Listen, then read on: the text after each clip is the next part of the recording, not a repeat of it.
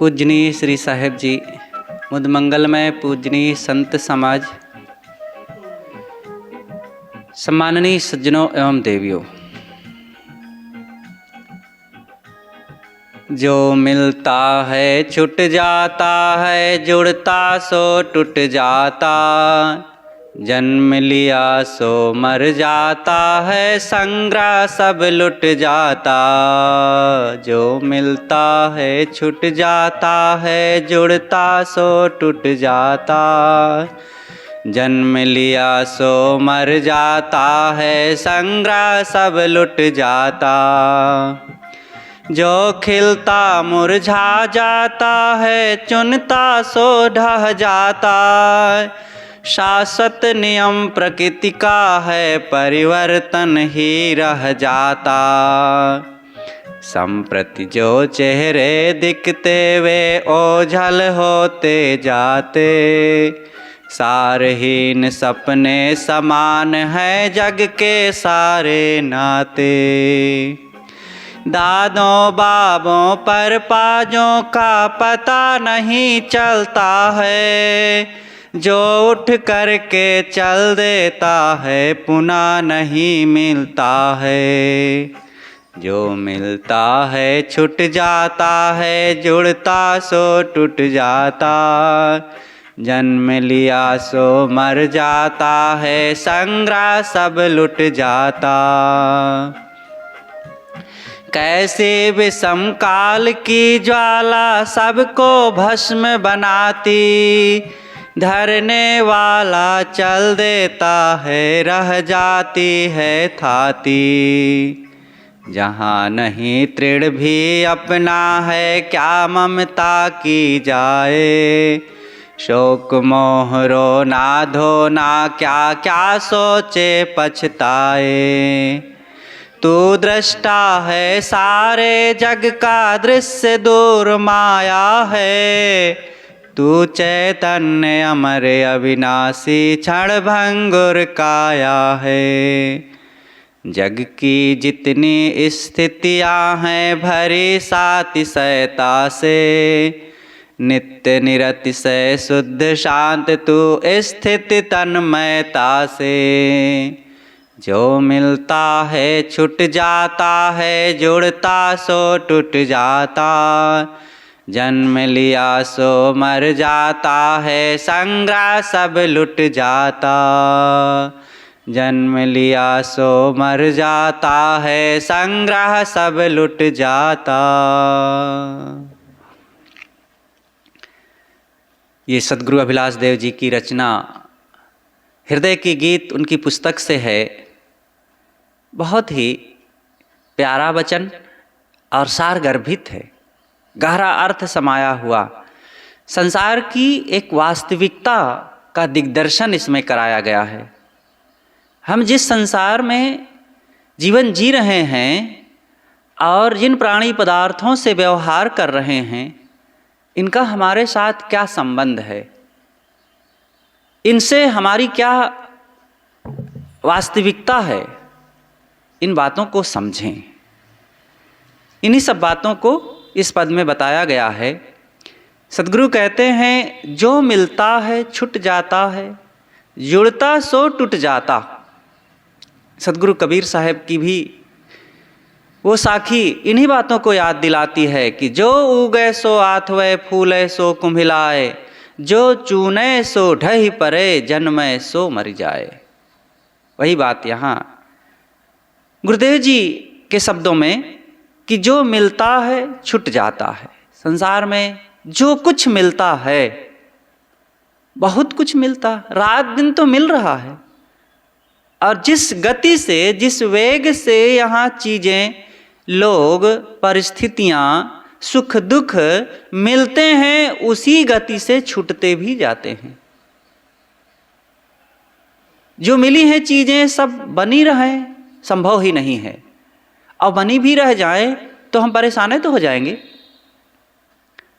तो यहाँ धन मिलता, घर मिलता, चीज़ें मिलती हैं, लोग मिलते, बेटा बेटी मिलते हैं, पति पत्नी मिलते हैं, शरीर मिलता, जवानी मिलती, बचपना और बुढ़ापा मिलता है, और मान सम्मान, पद अधिकार, गद्दी महंती, अनेक चीज़ें, अनेक परिस्थितियाँ और सब कुछ मिलता है और छूट जाता है। सब छूट रहा है। जुड़ता सो टूट जाता। जो जुड़ता है, क्या जुड़ता है? संबंध जुड़ते हैं, मन जुड़ता है, मकान जुड़ते हैं और चीज़ें आ करके हमारे कोष में, हमारे घर में जुड़ती जाती हैं और बढ़ता जाता है सब, और दूसरी तरफ घटता जाता है। मकान जो बनते हैं, एक एक ईंट करके जोड़ते जोड़ते विशाल भवन बन जाता है, और वही भवन फिर कभी एक एक ईंट उखड़ते उखड़ते सब फिर खत्म हो जाता है। जिस घर में सदस्य 2 थे, सूनापन लगता था, घर में कोई किलकारियाँ मारने वाला नहीं है। धीरे से बाल बच्चे हो जाते हैं, बाल बच्चे बड़े होते होते कई बच्चे सब हो गए और बड़े हो गए, उनके भी बच्चे हो गए, और धीरे से फिर घटने लगता है। अब वो कहीं कहीं चले गए, कोई नौकरी, कोई व्यापार, कोई दुकान, कोई पढ़ाई और कोई और कहीं, और फिर घटते घटते फिर घर में फिर वही 1-2 रह जाते हैं अथवा शून्य हो जाता है। जन्म लिया सो मर जाता है।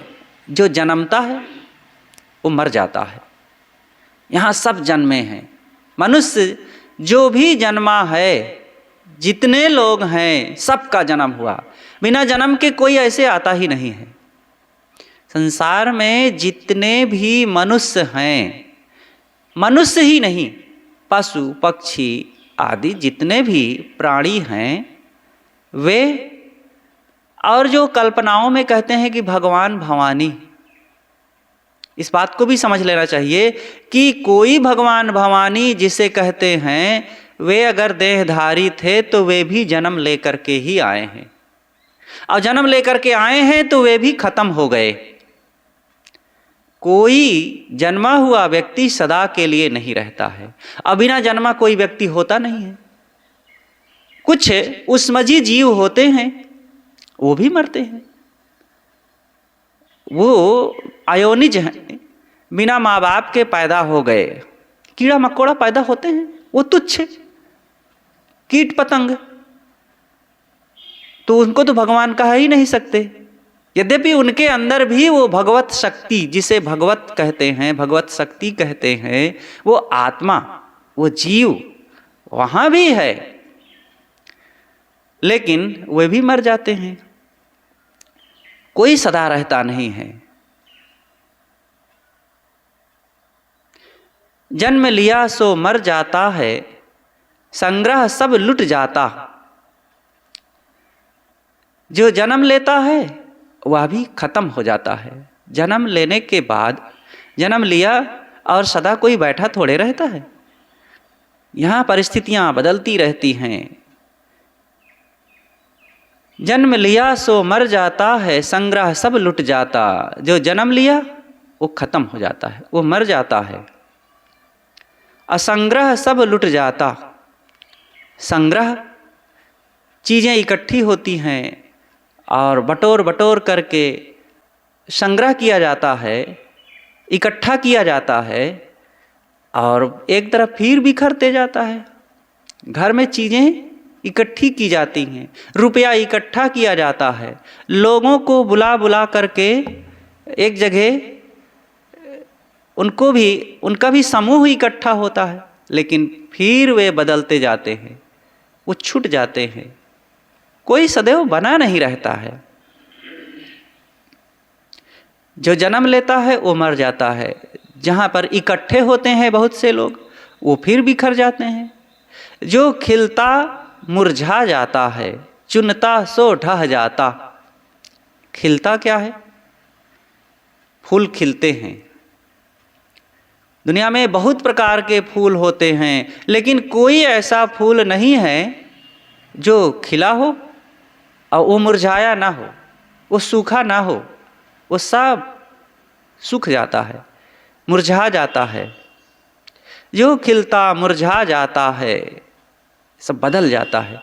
चुनता सो ढह जाता, फूलों को चुना जाता है, फूल खिलते भी हैं और एक एक करके चुना जाता है, इकट्ठा किया जाता है, और मकान भी चुने जाते हैं। तो वो सब बदलता रहता है, छूटता जाता है, टूटता जाता है, मिटता जाता है। शाश्वत नियम प्रकृति का है, परिवर्तन ही रह जाता।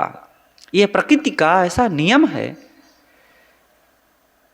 कि इस बदलाव को कोई रोक नहीं सकता। प्रकृति का नियम है बदलाव, और बदलाव हर चीज में हो रहा है, लेकिन बदलाव में बदलाव नहीं हो रहा है। हर चीज, मकान बनता है, जो चमकता है वही थोड़े दिनों में रुखड़ा फिकड़ा दिखने लगता है, उसका रंग रूप सब बदरूप होने लगता है, दरार आने लगती है। जो जवान या अभी नौजवान चमकता दमकता दिखता है, और वही धीरे से शिथिल अंग, ढीले ढाले, ये सब हो जाता है। कुछ स्थिर नहीं, सब कुछ परिवर्तन परिवर्तन परिवर्तन ही इस प्रकृति का नियम है। सब कुछ बदलता है। संप्रति जो चेहरे दिखते वे ओझल होते जाते। संप्रति का अर्थ होता है इस समय, फिलहाल जो कुछ दिखाई दे रहा है सामने, वो सब ओझल हो रहे हैं, सब बदल रहे हैं, एक रूप से दूसरे रूप की ओर, एक दशा से दूसरी दशा की ओर, सब बदलते जा रहे हैं। जितने चेहरे हैं, ये चेहरे सदा एक समान थोड़े रहेंगे। जो आज है वो कल नहीं रहता है, जो आज दिन है तेरा वो कल नहीं रहेगा। हो सावधान प्यारे कर ले भजन तू अपना। अपने कल्याण का काम करो। जो कुछ यहाँ है सब एक समान नहीं रहता, बदलता जाता है। तो इस बदलाव को पहचानो। अब इस बदलाव में घबराहट नहीं होनी चाहिए। अब शरीर जो जवान है वो जवान सदैव थोड़े बना रहेगा। काले बाल उजले होंगे। अब कोई काले बाल जो पहले थे अब उजले हो रहे हैं तो देख देख करके मन में दुखी होने लग जाएं कि हाय, इतने सुंदर मेरे काले काले घुंघराले बाल थे और अब पक रहे हैं, उजले होते जा रहे हैं। क्या बुढ़ापा आ गया? बहुत भय लगता है बुढ़ापा की याद करके। लेकिन कौन रोक सका है कि बुढ़ापा न आवे? बच्चों का चेहरा बड़ा सुंदर लगता है, तो कोई बच्चे को सदैव बच्चा बनाए रख सकता है? मन से तो भले कोई अपने मन को सरल, विनम्र, कोमल, भोला भाला बनाए रख ले, यद्यपि ऐसा भी नहीं होता है। मन में एक परिपक्वता, एक गहरी समझदारी के साथ बच्चे की तरह कोमल विनम्र बनाया जा सकता है। लेकिन शरीर को कोई सदैव के लिए वो बचपना का शरीर 5 साल का, 10 साल का कोई बनाए रख सकता है क्या? जो बच्चा बड़ा प्यारा लगता है वही जवान हो जाएगा, दाढ़ी मूछ आ जाएगी। चेहरे की जो लावण्यता थी और जो मादकता थी, जो भोलापन था, जो कोमलता थी, क्या वो बनी रहेगी? बदल जाएगा। जवानी की जो उमंग, उत्साह, ताजगी और बल था, क्या वह प्रौढ़ अवस्था में बनी रहेगी? नहीं रहेगी। प्रौढ़ अवस्था का एक सुगठित शरीर क्या बुढ़ापे में बना रहेगा? नहीं रहेगा। तुम चाहे जितना प्रयास कर लो, नहीं मौत से तुम बच सकते, चाहे सब शक्ति लगा दो, जीवन की ज्योति जगा दो। ये इसी पुस्तक में एक जगह बात आई है कि कोई इस परिवर्तन से, मौत से बच नहीं सकता है। हजार शक्ति लगा दो, कितना भी शरीर का बल हो, धन का बल हो, पद का बल हो और विद्या का, बुद्धि का बल हो, ये बल वल काम नहीं करता है। यहाँ काल चक्र ये चल रहा है और इस चक्र में सब कुछ बदल रहा है। ये धरती घूम रही है और धरती अकेले नहीं घूम रही है, ये चांद को भी साथ में लिए है। और इतना ही नहीं घूम रहा है, ये पृथ्वी और चंद्रमा दोनों मिलकर के सूरज की परिक्रमा कर रहे हैं। और वो परिक्रमा केवल ये दो ही नहीं कर रहे हैं, और भी ग्रह नक्षत्र वो भी कर रहे हैं। तो वो सभी ग्रह नक्षत्र जो 9 ग्रह हैं और उन सब के अपने अपने उपग्रह हैं, चांद हैं, वो सब मिलकर के ये सैकड़ों घूम रहे हैं सूरज का चक्कर लगाते हुए। इसे सौर मंडल कहते हैं। और ये सौर मंडल के सभी ग्रह नक्षत्र ही नहीं, सूरज सहित पूरे सौर मंडल मिलकर के पूरी ये और भी कुछ चक्कर लगा रहे हैं, जो कई हजार वर्ष में एक बार घूम लेते हैं पूरा। और ये पूरा जब ब्रह्मांड जो हमारी कल्पना में आता है वो, और जो उसका करोड़ों गुना कल्पना से बाहर है वो, जब सब कुछ गतिशील है, घूम रहा है, बदल रहा है, तो हम अपने इस शरीर को कैसे एक समान बनाए रख सकते हैं? अपने मिली हुई इन चीज़ों को कैसे बनाए रख सकते हैं? इसलिए इस व्यामोह को ही छोड़ देना चाहिए कि हमारा जो कुछ है ये सब बना रहे। मान लो बच्चा बच्चा बना रहा है सदैव, बड़ा सुंदर लगता है, तो फिर जवान नहीं हो पाएगा। और फिर जवानी के जो काम होते हैं, जवानी की जो ताकत होती है, जवानी की जो जिम्मेदारियां होती है, और जवानी जो आज समाज में लग करके कितना चारों तरफ कल कारखाने, फैक्ट्रियां और अनेक जगहों में खेती किसानी व्यापार दुकान में जो काम किया जाता है जवानों द्वारा, फिर वो काम कैसे होगा? और जवानी की हलचल ही सदैव बनी रहे तो बुढ़ापा का जो परिपक्वता का समय, स्थिरता का समय, शांति और अनुभवों का समय, वो कैसे होगा फिर?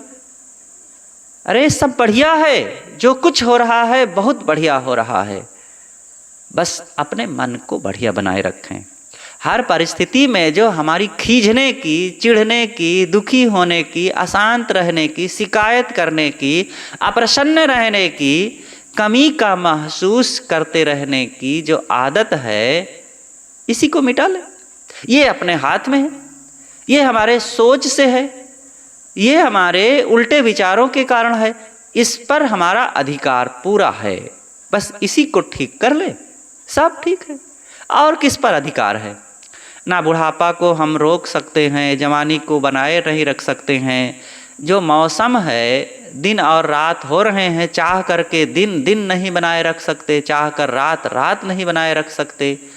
चाह करके हम गर्मी के दिन देखो आ गए हैं, तो इसको हम ठंडी में नहीं बदल सकते। ठंडी जब कठिन ठंडी पड़ने लग जाएगी, उसको गर्मी में नहीं बदल सकते। बारिश हो रही है तो रोक नहीं सकते हैं, और नहीं हो रही है तो अचानक बरसा नहीं सकते हैं। ये पुराणों और शास्त्रों में जो लिख दिया गया है कि अमुक ने हाथ चमकाया और बारिश होने लग गई, और हनुमान जी ने सूरज को निगल लिया तो रात ही बहुत दिनों की हो गई। ये सब झूठ है, ऐसा कहीं कुछ नहीं होता है। ये लिखने वालों के मन में जो कल्पना आई वो लिख दिए, और लिख दिए तो वो सब सच थोड़े हो जाएगा।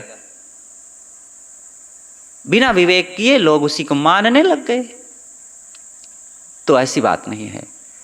तो ये संसार का नियम है परिवर्तन, और वो परिवर्तन अच्छी बात है।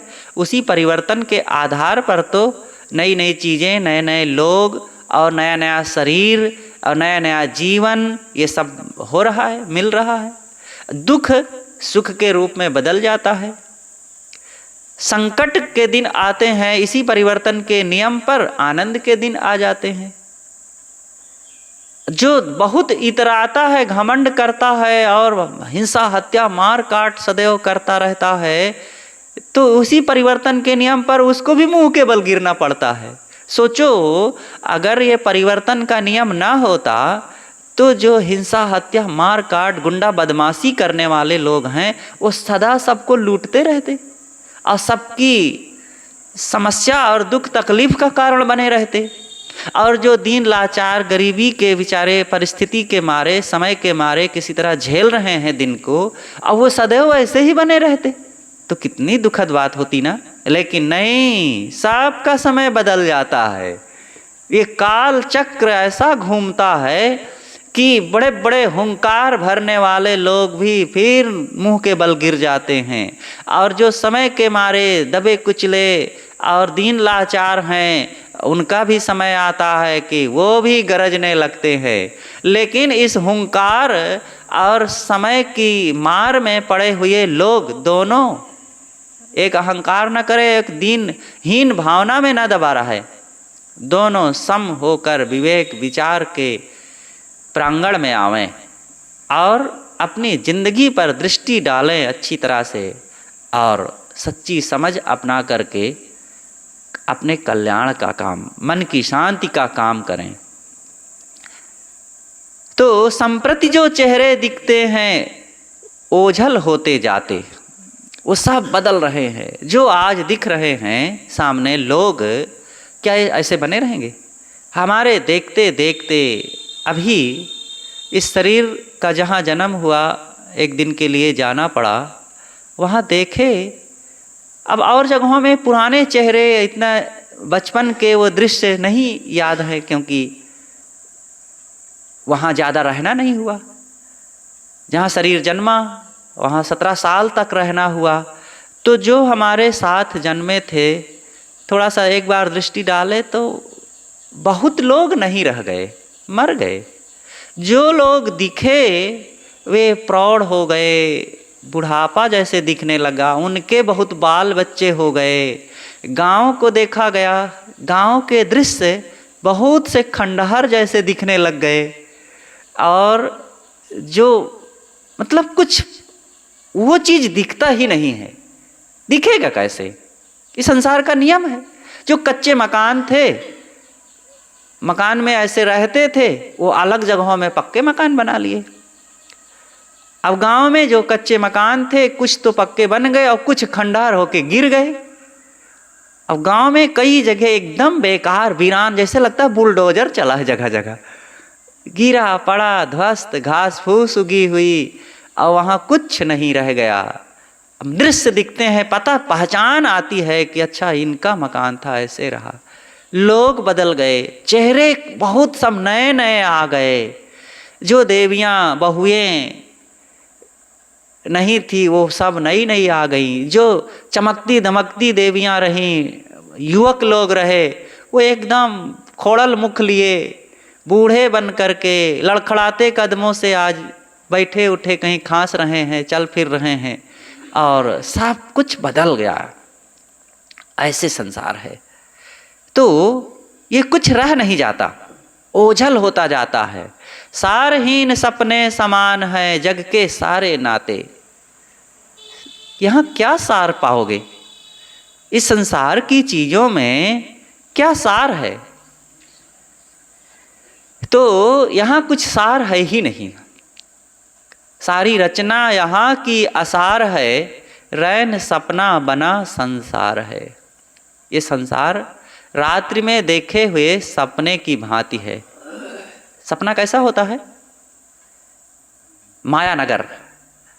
सपने में बहुत कुछ दिखता है, बहुत सुंदर सुंदर भवनों में रह रहे हैं, अच्छे अच्छे लोग हैं, मान सम्मान मिल रहा है, और पद अधिकार है, धन दौलत है, प्यारे प्यारे बाल बच्चे हैं, सुंदर सुंदर नर नारी हैं, सब का आनंद है, और दुख विपत्ति भी है अनेक प्रकार की। आओ जागे कुछ नहीं, कुछ भी नहीं, एक कण भी हाथ में नहीं। जो सपने में एक साम्राज्य मिला था और जो सपने में साम्राज्य छिन रहा था, जागे तो कुछ नहीं। एक राजा था, राजा के एक ही लड़का था, अभी 17-18 साल का हो चुका था। वो बीमार हो गया। अब राजा उसकी दवाई पानी करवा रहा था। एक दिन इतना ज़्यादा बीमार हुआ कि बेहोश हो गया लड़का। राजा रानी दोनों बैठे देख रहे थे। इतना ज़ोर से सिर गर्म हो रहा था कि सिकाई मतलब ठंडे पानी से उसकी पट्टी कर रहे थे। और इतने में करते करते रानी कर रही थी, राजा बैठा था कुर्सी पर, सिंहासन पर, और बैठे बैठे रात का समय था, उसको नींद लग गई। और नींद लग गई तो सपना देखता है कि मेरे सुंदर कई पत्नियां हैं और 8 पुत्र हैं मेरे, सुंदर सलोने प्यारे आज्ञाकारी, और सब लगे हुए हैं मेरी सेवा में और बड़े सब अच्छे हैं। इतने में लड़के का शरीर छूट गया। और जैसे लड़के का शरीर छूट गया तो रानी जोर से चिल्ला करके रोने लगी। और जब रानी रोने लगी तो राजा की आंखें खुल गई, नींद टूट गई, सपना टूट गया। तो राजा चुपचाप बैठा देख रहा है। तो रानी झिझोड़ते हुए राजा को कहती, कैसे तुम मनहूस राजा हो, पिता हो, और बेटा हमारा खत्म हो गया और तुम चुपचाप बैठे देख रहे हो। तब राजा कहता है कि रानी, मैं किसके लिए रोऊं? एक बेटे के लिए रोऊं कि उन 8 बेटों के लिए रोऊं? तो रानी कहती है, अरे कौन सा 8 बेटे, हमारे तो एक ही ये बेटा था जो आज देखो अभी खत्म हो गया। कितनी विपत्ति और दुख की बात है। राजा कहता है कि अरे मैं 8 बेटे पाया था, 8 बेटे मेरे थे। रानी कहती, कैसी बाकी बातें कर रहे हो? कहे, देखो अभी मैं बैठे बैठे सो गया था और मैं सपना देख रहा था कि मेरी कई रानियां हैं, 8 बेटे हैं, और जैसे तुम रोई तो मेरी नींद खुल गई, वो सारी रानियां खत्म हो गईं, सारे बेटे खत्म हो गए। तब रानी कहती है, अरे वो तो सब सपना था। तब राजा कहता है, प्रिय अगर वो सपना था तो ये भी तो सपना है, ये भी तो सपने में मिले हुए की तरह आज पहले नहीं था, ये बीच में मिला और आज फिर सपना एक खत्म हो गया। तो क्या इस सपने के लिए रोना? बस रानी को भी समझ में बात आने लगी, उसका भी अफसोस घटने लग गया और राजा भी एक गहरी समझदारी में अपने आप को पाया और उसका सारा दुख समाप्त हो गया। तो कहने का मतलब कि ये संसार सारहीन है, यहाँ कुछ अस्थायी रूप से आप पा जाएंगे और सदा पाए रहेंगे, उसका लाभ लेते रहेंगे, ऐसी कोई चीज़ है ही नहीं है। ना लोग है, ना वस्तु है, और ना अपना शरीर है, और ना ये समय है। ये घड़ी का टिक टिक टिक करते रहना, ये केवल एक पल के लिए खट से चल रही है जो ना, वो बहुत बड़ा मैसेज दे रही है। ये पूरे ब्रह्मांड का मैसेज हमारे को दे रही है कि मेरा एक टिक से चलने का मतलब है पूरी दुनिया का एक रूप से दूसरे रूप में खिसक जाना, और एक व्यक्ति का दूसरे अवस्था में पहुंच जाना, एक घटना का दूसरे घटना में पहुंच जाना, और एक घटना ही नहीं, संसार की अगणित घटनाएं एक रूप से दूसरे रूप में एक पल में जितना हो जाती हैं, और वो करोड़ों अरबों खरबों घटनाएं वो प्रति सेकंड बदल रही हैं। और इस परिवर्तन की धारा में बैठ करके हम अपने को चाहें कि हम ऐसे बने रहेंगे, संभव ही नहीं है। प्रति क्षण हमारा सब कुछ बदल रहा है। इस परिवर्तनशील बदलाव भरे संसार में अगर स्थिर कोई एक चीज है तो जो लौह स्तंभ स्वर्ण स्तंभ की तरह अडिग चट्टान की तरह एक ही चीज है जो कभी नहीं बदलता है, वो आपका अपना स्वरूप है, वो अपनी अंतरात्मा है, वो चेतन अविनाशी दृष्टा साक्षी चैतन्य बोधा आत्मा जो है वो नित्य एक रस रहता है। अगर आप नित्य सुखी निश्चिंत निर्भय प्रसन्न रहना चाहते हैं तो उस आत्मा को पहचानो, आत्मा में ठहरो, आत्मा में स्थित हो, तब शोक घटेगा, तब दुख घटेगा, तब वियोग की व्यथा घटेगी, और तब हमारे मन में खालीपन जो रात दिन महसूस हो रहा है वो सब समाप्त हो जाएगा। लेकिन उस बात को हम समझना नहीं चाहते हैं, आत्मा को कुछ हम समझते नहीं हैं, और जबकि सारा दारो मदार ये प्राणी और पदार्थों का, भौतिक सुख का, इंद्रिय भोगों का वो आत्मा ही है। आत्मा निकल जाए, आत्मा ना रहे और आत्मा ये सबको ना जाने समझे, अनुभव ना करे, तो इंद्रिय भोगों को कौन समझेगा? ये देखने सुनने, खाने पीने, मिलने जुलने, पाने खोने के सुख दुख का अनुभव कौन करेगा? सारा सुख दुख का जो घात प्रतिघात हो रहा है, ये सबका आधार वो आत्मा ही है। इसलिए समस्त विचारवानों, साधकों और शांति इच्छुकों को उस आत्मा पर चिंतन मनन करना चाहिए। तो गुरुदेव कहते हैं कि सारहीन सपने समान है जग के सारे नाते। सारे नाते, चाहे प्राणी हो, पदार्थ हो, संयोगिक चीज़ें जितनी हैं, सब सारहीन हैं और वो आएंगी जाएंगी, वो रुक नहीं सकती हैं। और इस ना रुकने में हमारा कोई नुकसान नहीं है, बहुत अच्छा है। व्यवहारिक और पारमार्थिक दोनों प्रकार का इसमें हमारा हित ही हो रहा है। लेकिन हमारा मन कहीं मोह में, किसी की आसक्ति में और अनुकूलता को बनाए रखने में और प्रतिकूलता से सदैव दूर होने में, उसके छूटने में जो हमारे मन का जुड़ाव है, उसके कारण से हम अनुकूल से हटना नहीं चाहते और प्रतिकूल को सदैव उठा के फेंक देना चाहते हैं। वो फेंक भी कैसे अचानक पाएंगे? वो भी समय से जाएगा। अनुकूलता को घसीट कर जबरदस्ती ला कैसे सकते हैं? वो समय से जो आना होगा तो आएगा, उसके योग्य बनेंगे तो बस हमें अपने मन की वो दशा को तैयार करना चाहिए, मन की उस योग्यता को हासिल करना चाहिए। तो जिसके लायक होंगे हम बन जाएंगे, वो पा जाएंगे, और फिर वो छूट जाएगा, उसको भी छोड़ने के लिए तैयार रहें। कुल मिलाकर के हम वर्तमान में जीना सीखें। और जीना जब नहीं आता है तो अनुकूल में भी दुखी रहेंगे और प्रतिकूल में भी दुखी रहेंगे। और जिसको जीना आता है वो अनुकूल में भी सुखी रहता है और प्रतिकूल में भी सुखी रहता है। दादों बाबों पर पाजों का पता नहीं चलता है, जो उठ करके चल देता है पुनः नहीं मिलता है। केवल हम आज अचानक थोड़े आ गए हैं। हमारे पिता थे वो नहीं हैं, पिता के पिता थे वे नहीं हैं, वो पितामह और पर पितामह भी थे वो भी नहीं हैं। उनकी भी पीढ़ियां एक दो नहीं, करोड़ों पीढ़ियां बीत गई। हम अचानक यहाँ नहीं आ गए हैं। हमारे पहले हमारे जन्म देने वाले, फिर उनको जन्म देने वाले, फिर उनको जन्म देने वाले, ऐसे करोड़ों नहीं अरबों पीढ़ियां बीत गई हैं और वो आज नहीं है। और हमारे बाद भी अरबों पीढ़ियां आएंगी और वो भी चली जाएंगी। हम काहे को यहाँ बैठे रहने के लिए दावा कर रहे हैं? और बैठे रह पाएंगे भला? तो विचार करें कि हमारी कितनी वंश परंपराएं चली गई। हुणवंश, सुकवंश, यदुवंश, सूर्यवंश, चंद्रवंश, मुगल वंश और न जाने कितने वंश आए और वो सब चले गए।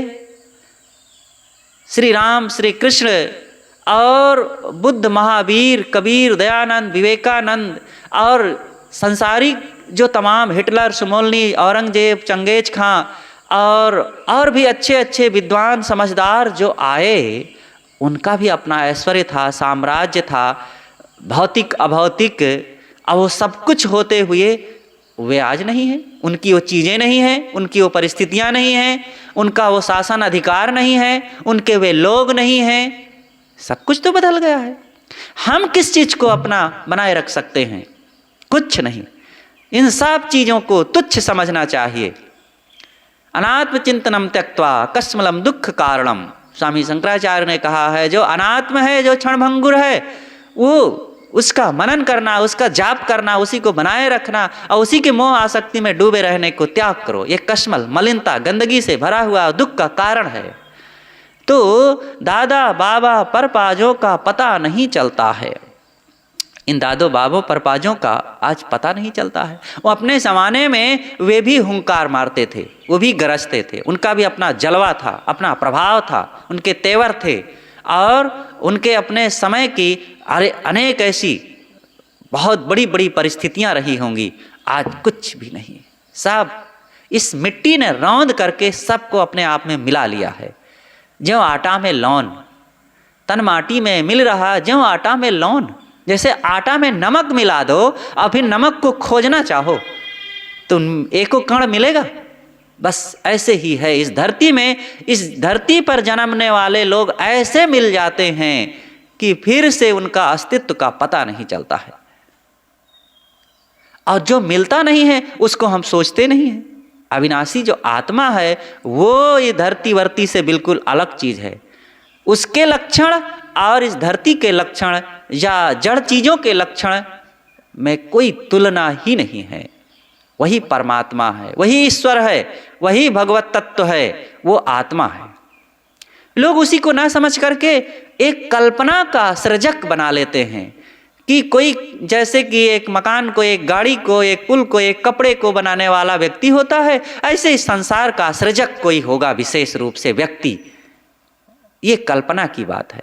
हमारी कल्पना जो आ जाती है वो सब तथ्य थोड़े हो जाएगा। ऐसा कोई व्यक्ति नहीं है जो सबको बनाता है। एक नियम है, प्रकृति का नियम। जड़ तत्वों के अपने नियम है, अचेतन आत्मा के अपने नियम है। जड़ तत्वों का नियम है कि परिवर्तनशीलता सबको बदलते हुए एक नया रूप देती रहती है, ये पूरी प्रकृति। और सब समय देखो, वनस्पतियां उगती हैं, बड़ी होती हैं, पकती हैं और फिर गिर के टूट फुट करके और फिर मिट्टी में मिल करके फिर उनका एक दूसरा रूप ऐसे क्रमशः चलता रहता है। अनुपस्य यथा पूर्वे प्रतिपस्य तथा परे सस्यमिव मर्त्याः पच्यते सस्यमिवा जायते पुनः। एक पीढ़ी आती है, दूसरी पीढ़ी चली जाती है। जैसे फसल, देखो किसान गेहूं काट लिए, अब दूसरी फसल की तैयारी हो रही है। धान बोएंगे और वो भी लहलहाएगी कभी, और फिर 2 महीना, 2.5 महीना, 3 महीना में कट जाएगी। फिर उसकी बाद की फसल बोएंगे और वो भी उगेगी, बढ़ेगी और एकदम लहलहाएगी, पकेगी, कटेगी, और फिर ये क्रमशः ऐसे संसार चल रहा है। तो जो उठ करके चल देता है पुनः नहीं मिलता है। यहाँ से जो चला गया फिर से मिलता नहीं है। सदगुरु कबीर ने कहा है कि पक्का फल जो गिर पड़ा बहुर न लागे डार। मानुष जन्म दुर्लभ है बहुर न दूजी बार। पक्का फल जो गिर पड़ा बहुर न लागे डार। ये मनुष्य जीवन मिलना बहुत दुर्लभ है। आज पाए हुए हैं, आगे की दुर्लभता पर हम बहुत सोचते हैं। आज पाए हैं, इसके सदुपयोग के बारे में नहीं सोचते हैं कि दुर्लभ मानव तन मिला हुआ है, इसमें जो करना चाहिए वो काम कर लें। कितना दुर्लभ है, बहुत दुर्लभ है। बहुत दुर्लभ मनुष्य योनि में आए हैं और हमारे साथ जन्मने के लिए सोचिए, एक भौतिक अनुपात के हिसाब से कहा जाता है कि एक पुरुष जब एक नारी से संबंध करता है तो उसके संतान उत्पन्न करने के उस तत्व में, एक बार के उस संयोग में जितना वीर्य शक्ति निकलती है उसमें करोड़ों करोड़ों व्यक्तियों को जन्म देने की क्षमता होती है। उतने शुक्राणु होते हैं और वे उतने में से एक व्यक्ति हम पैदा हुए केवल, और सब नष्ट हो गए। सोचिए, करोड़ों लोगों के आने में केवल एक हम बचे। इतना दुर्लभ हमारा मानव तन, ये शरीर मिला हुआ है, और इतना दुर्लभ शरीर को पा करके अब हम फिर इसको वही भोगों में, विषयों में, आसक्ति में, वही लेने देने, खाने पीने में ही बिताए दे रहे हैं। वही तमाम तुच्छ कार्यों में बिताए दे रहे हैं। इतना दुर्लभ मानव तन, और फिर इधर 84 लाख योनियों की दुर्लभता। उधर हमारे साथ कई करोड़ जन्मने के लिए तैयार थे, अब वो ना जन्म ले सके, वो खत्म हो गए। उसमें से एक हम आए, और इधर संसार में 84 लाख योनियां हमारे लिए और भटकने के लिए जो बहुत तुच्छ खानियां हैं वो हमारे लिए तैयार है कि आओ हम तुमको इधर से पैदा करके बर्बाद करेंगे, दुख भोगाएंगे। और उन सब से निकल करके हम केवल मनुष्य शरीर में आज अकेले आए हुए हैं, और फिर इतने दुर्लभ अवसर को पा करके भजन भक्ति कल्याण का काम न करना बहुत बड़ी भूल है। इसलिए मन के सारे प्रमाद को छोड़ करके ये काम करना चाहिए। कैसी विषम काल की ज्वाला सबको भस्म बनाती, धरने वाला चल देता है रह जाती है थाती। सद्गुरु कहते हैं ये काल की ज्वाला कैसी विषम है, धधक रही मरघट की ज्वाला। चले जाइए श्रृंगवेरपुर में, मणिकर्णिका घाट में, इन जगहों में हमने देखा कि कभी वहाँ की चिता की अग्नि बुझती ही नहीं है, हरदम आग जलती रहती है। 4-6 मुर्दे की लाशें, व्यक्तियों की लाशें लाइन में लगी हुई है, भाई जल्दी करो हमारी लाश पुरानी हो रही है, इतने समय से हम यहाँ इंतज़ार कर रहे हैं और हमारा नंबर लगाओ। और 8, 10, 4, 5 कम से कम हरदम लाइन पर वो नहला धुला करके उन लाशों को रखे रहते हैं और फिर क्रम से जलाते रहते हैं। ऐसे 1-2 की बात नहीं, बहुत जगहों में हर 8-10 किलोमीटर, 20 किलोमीटर, 50 किलोमीटर के अंदर में ऐसी ऐसी बड़ी बड़ी वो शमशान की जगहें मिल ही जाती हैं। और फिर सब जगह तो शमशान है। पैग पैग पैगंबर गाड़े सो सब सरिभव माटी, सदगुरु कबीर ने कहा है। तो ही बात यहाँ कहते हैं कि ये काल की ज्वाला सबको भस्म बनाती जा रही। और केवल हम मनुष्यों या प्राणियों को ही नहीं, समस्त चीज़ों को निर्मित जो कारण रूप में है उनको नहीं, कार्य रूप में समस्त चीज़ों को वो बदल रही है। कारण सदा रहता है, कारण नहीं बदलता है, कारण सदा रहेगा। मिट्टी, पानी, आग, हवा ये कारण है, मूल तत्व, और इनकी प्रकृति ये के जो सूक्ष्म गुण हैं वो सदैव रहेंगे, क्योंकि इनको कोई नहीं मिटा सकता, ये मिट भी नहीं सकते हैं। धरने वाला चल देता है रह जाती है थाती। थाती कहते हैं जमा पूंजी, धरोहर, अमानत। खूब जोड़ जोड़ के धरे रहते हैं, जोड़ जोड़, धनकीन एक ठौरे, खाए न खिलाए ले जाए कोई औरे। धरते रहो, जोड़ लो, संग्रह कर लो। अरे कितना संग्रह करोगे? अपने लिए कर लो, अपने बाल बच्चों के लिए कर लो, बस इतना काफ़ी है। अरे बाल बच्चे भी अपना कमाए खाएंगे, लेकिन ठीक है अगर मनुष्य हैं, इतना हम जिम्मेदारी अपनी निभाना ही चाहते हैं तो ठीक है, बाल बच्चों के लिए थोड़ा करो। लेकिन नहीं, बाल बच्चों के लिए, फिर उनके बच्चों के लिए, और बन सके तो 1000 पीढ़ी के लिए जोड़ जोड़ के धरते रहना चाहेंगे। अपने कल्याण के लिए कमाई नहीं करेंगे, अपनी मन की शांति के लिए, स्वरूप बोध के लिए नहीं सोचना चाहेंगे। चीज़ें चीज़ रात दिन सोचते रहते हैं। कितना सोचोगे चीज़ों के बारे में? चीज़ें यहाँ बनी रहेंगी, तुम्हारे रहने आने के पहले से हैं यहाँ अनंत चीज़ें, अगणित चीज़ें, और आज हैं और यहाँ हम चल देंगे यहाँ से, और चीज़ें रह जाएंगी और हम चले जाएंगे, चीज़ों से हमारा संबंध टूट जाएगा। तो क्या चीज़ों के बारे में बहुत सोच रहे हैं? इतना सोच लो कि खाए के लिए, पहने के लिए, रहे के लिए कुछ मिल जाए बस, और ये मिलता रहेगा, सबको विश्वास रखना चाहिए।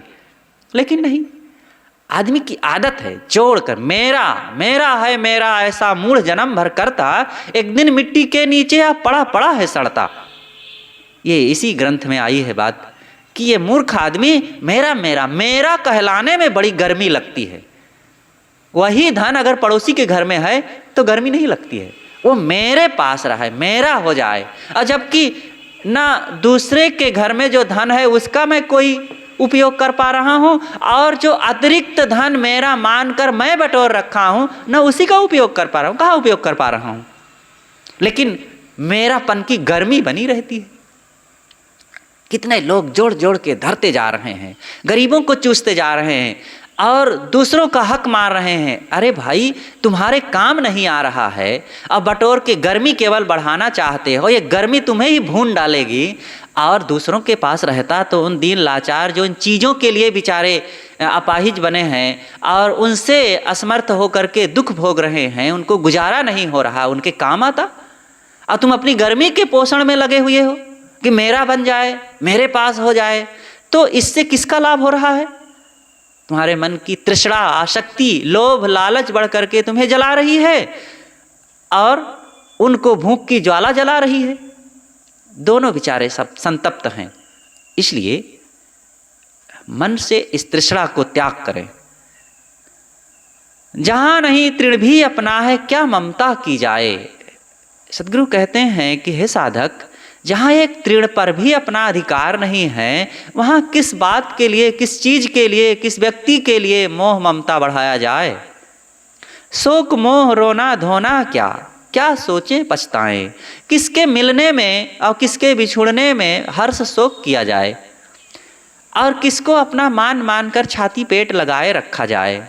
कुछ तो रह नहीं जाएगा, जब सब बदल जाएगा, सब छूट जाएगा, सब टूट जाएगा। देखते देखते न जाने कितने छूट गए, और अब भी बने भी रहते तो हमारे गले की हड्डी ही तो बन जाते। दुख है, तकलीफ तो होती है, सबका अपना अनुभव भी है कि जिसको बनाए रखने के लिए बड़ा मन में मोह था, वही 4 दिन में हमारे शोक का कारण बन गया। उसी से घृणा होने लगती, उसी से विवाद झगड़ा कलह होने लगता है, उसी से मुकदमेबाजी होने लगती है। जिसको पाने के लिए वो कल्पना के पुलाव बनाते रहते थे और रात दिन जपते रहते कि हाय वो मेरा प्यारा आ जाए, वो मेरी प्यारी पत्नी आ जाए, वो प्यारा पुत्र पैदा हो जाएगा तो मैं भी बाप बन जाऊंगा, मैं भी आनंद का भंडार पा जाऊंगा। और 4 दिन में वो मिल भी गया तब उन्हीं से लड़ रहे, झगड़ रहे, खींच रहे, रो रहे, भाग रहे, भगा रहे हैं। क्या मिल जाएगा? शोक संताप का कारण है। इसलिए इन संयोग वियोग में क्या रोना धोना। जो मिला है उसका सदुपयोग करो, ये भी नहीं रहेगा। और जो खो गया है उसकी चिंता मत करो, क्योंकि वो खोने के लिए ही मिला है। बहुत शोक संताप चिंता भय पीड़ा में जलाओ मत अपने को। वर्तमान में आत्म संतुष्टि का अनुभव करो, और जो मिला है उसका सदुपयोग करते हुए सेवा करो। सेवा करोगे तो मन में शांति आएगी, संतोष रखोगे तो मन में शांति आएगी, प्रेम से रहोगे तो मन में शांति आएगी, उदार बन के रहोगे तो मन में सारा प्रभाव मन पर आता है। और उसको हम कमाते नहीं हैं, बल्कि उल्टा करते हैं। लोगों से दुर्व्यवहार करेंगे ताकि शांति हमारी खत्म हो जाए, लोगों से कटुता अपनाएंगे, चीज़ों का लोभ लालच करेंगे ताकि मन की शांति भंग हो जाए। सारा काम आत्म प्रवंचना का कर रहे हैं और चाहते हैं कि हम सुखी रहें। तू दृष्टा है सारे जग का, दृश्य दूर माया है, तू चैतन्य अमर अविनाशी क्षण भंगुर काया है। सद्गुरु कहते हैं कि हे साधक, तू दृष्टा है, सबको देखने वाला, और तू देखता नहीं है, बल्कि उसी भीड़ में एक चीज को देखा और बस उसी के लिए टूट पड़ा, मैं पा जाऊं। अरे देख, बस देखता रह। और देखते देखते जिसके लिए ललचा रहा है उसी से वितृष्णा हो जाएगी, और न जाने कितने चेहरे और आ जाएंगे। बस दृष्टा बन। जो दृष्टा बन जाता, दृष्टा बनना बहुत बड़ी बात है। हम दृष्टा कहाँ बन पाते? एक चीज देखे दौड़े उसको पाने के लिए, और जैसे दौड़े और वो अपने प्रवाह से गति कर रही है, चीज हो चाहे लोग हो। सब जीवन में हमारे जितने लोग मिलते, चीज मिलती है, वो परिवर्तन के एक नियम से हमारे सामने आते हैं और जाते हैं, और हम देख करके दृष्टा ना बन करके उसको पकड़ करके छाती पेट लगाए रखना चाहते हैं, और जबकि वो अपने नियम से परिवर्तित हो रही है, चीज आ रही जा रही। तो जैसे ही हम दृष्टापन को छोड़े और उसको पकड़ना चाहे, वो आगे बढ़ गई, और इधर दूसरी चीजें आ रही हैं हमारे सामने से। इसलिए दृष्टा रहो बस। और दृष्टा रहोगे तो बड़ा आनंद आएगा, देखते रहेंगे, और फिर हमारे अंदर प्रबोध उत्पन्न हो जाएगा, और फिर हमारे अंदर वो शक्ति हो जाएगी कि हाँ, ये तो सब क्षणभंगुर है, छूटने वाला है, आई गई चीजें हैं। तो ऐसी समझ जब आ जाती है तो अपने आप फिर बड़ा आनंद रहता है। फिर कहीं मोह ना, फिर दूसरों को देख करके लगेगा कि ये लोग कैसा, ये दृष्टापन को त्याग करके कितना हर्ष शोक में उलझे हुए हैं। इसलिए तू चैतन्य अमर अविनाशी क्षण भंगुर काया है। तुम अपने आप को पहचानो, और पहचानो कि तुम दृष्टा हो, चैतन्य हो, अमर हो, अविनाशी हो। और ये शरीर क्या है, ये दृश्य क्या है, संयोगिक चीजें क्या है, क्षण भंगुर है।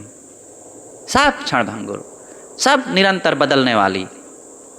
जग की जितनी स्थितियां हैं भरी सातिशयता से, संसार की जितनी उपलब्धि हैं, जितने मिले हुए प्राणी पदार्थ हैं, जितने धन दौलत हैं, और जितनी अनुकूलताएं हैं, सब सातिशयता से भरे हुए हैं। सातिशयता का मतलब कमी बेसी।